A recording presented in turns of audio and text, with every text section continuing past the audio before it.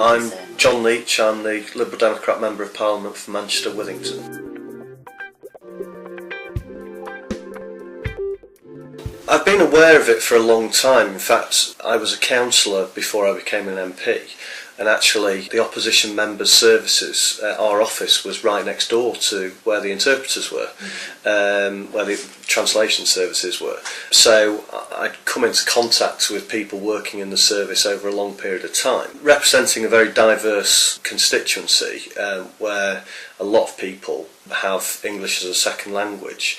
I've certainly had experience myself of where I've struggled trying to either make myself understood or understand what a constituent is raising with me.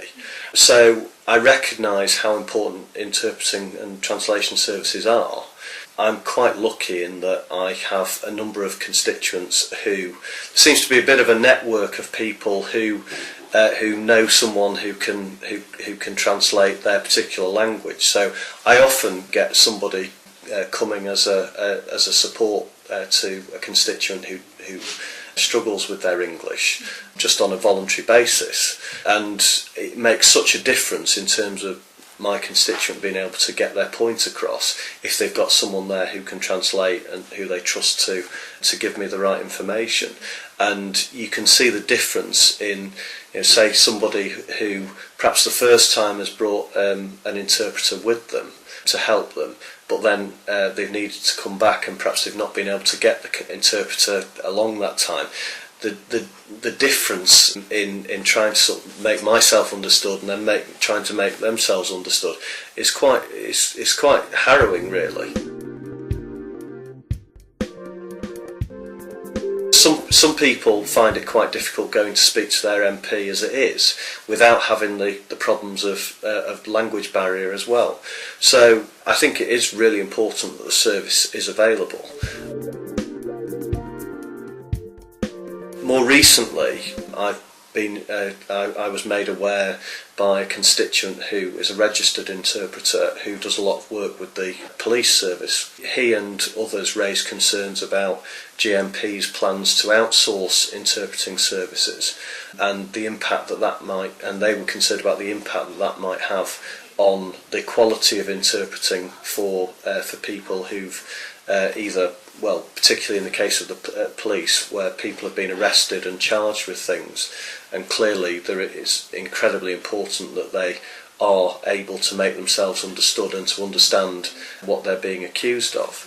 And there's evidence in areas around the country where interpreting services have been outsourced to an outside body, that the standard of interpreting has actually gone down because it inevitably leads to more non-registered interpreters being used.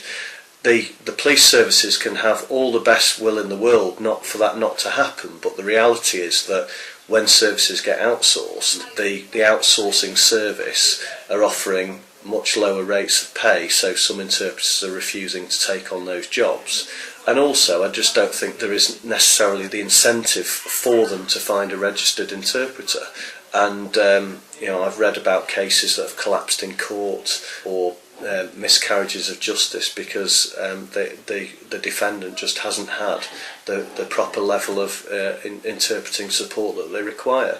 So I was very pleased actually that for the time being at least, GMP appear to have backed off outsourcing their interpreting service, because actually GMP has got an incredibly good record as far as interpreting services, and the worry is that if they outsourced, although it would probably end up being cheaper for them and less work for them to do so, it would almost inevitably lead to a reduction in the quality of service.